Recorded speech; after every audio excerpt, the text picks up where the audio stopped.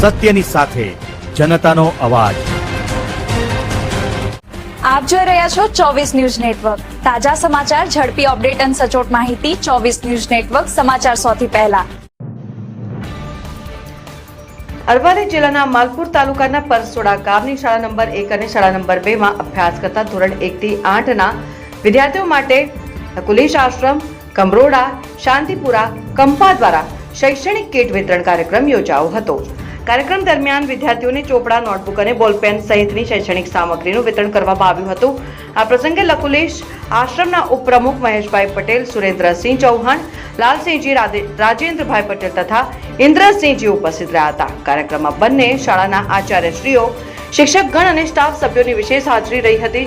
શૈક્ષણિક કીટ મળતા વિદ્યાર્થીઓમાં ભારે ઉત્સાહ અને આનંદ જોવા મળ્યો હતો। આશ્રમ દ્વારા કરવામાં આવેલી આ સેવાકીય પ્રવૃત્તિને શિક્ષકો, વાલીઓ અને ગ્રામજનોએ આવકારી હતી।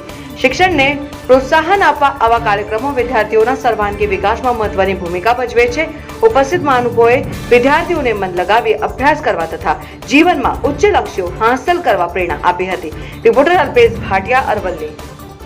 મોબાઈલમાં અથવા બધું જોતા હોઈએ ત્યારે એની સામે આપણે હિન્દુ સમાજોને અથવા હિન્દુ સંગઠનોએ આવા આશ્રમોએ જે બીડું ઝડપ્યું છે એના કારણે કે આપણો ભારત દેશ એ સંસ્કૃતિને વરેલો દેશ અને સંસ્કૃતિ જળવાઈ રહેવી જોઈએ। એટલે એના દ્વારા જેમ કહ્યું તેમ આપણા બાજુના આશ્રમમાં પણ શનિવારે રામખીચડી, મફત દવાનું દર શુક્રવારે પણ ચાલતું હોય છે, ગૌશાળા પણ છે, એમ વિવિધ પ્રકારની અને ટૂંકના આવનારા દિવસોમાં વૃદ્ધાશ્રમથી મળીને ફરતું દવાખાનું છે અને ઘણી બધી સેવાઓ કરવા છે।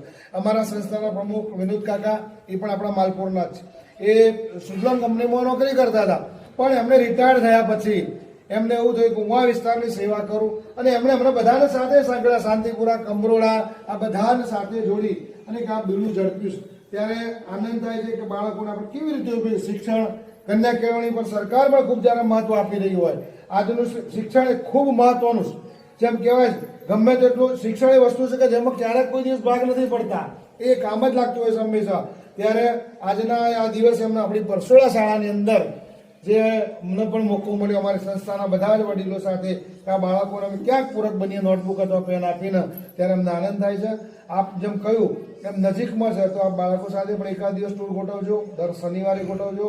અમારા ટ્રસ્ટીઓ અથવા જે કોઈ પણ એ પણ હાજર રહેશે અને અમારું એક એ પણ ચાલી રહ્યું છે કે દર 11 માતા પિતાની પુણ્યતિથિ હોય, જન્મ દિવસ હોય તો 11,000 રૂપિયા આપ્યા તો એ દિવસે તે એના તરફથી જે મુખ્ય આવતા હોય, બાળકો હોય, જે કોણ હોય એનો જમણવાર પણ એમાં એના વ્યાસની કરતા હોઈએ છીએ। લગભગ એના 165 થી 70 દિવસ જેટલી તો અમારી તેનો નોંધણી પણ થઈ ગઈ છે। એટલે કોઈને પણ આપણે બર્થડે ઉજવતા હોઈએ કે માતા પિતાની પુણ્યતિથિ હોય, આપણે એક હોટલમાં માની લો કે છોકરાનો બર્થડે હોય જઈએ તો 3-4 હજાર રૂપિયા તો એમને 7-8 જણા ગયા તો થઈ જાય છે। 400-500 રૂપિયાથી ડીશ નથી થતી। અમે તો એવું કહીએ છીએ કે તમે બર્થડે ઉજવો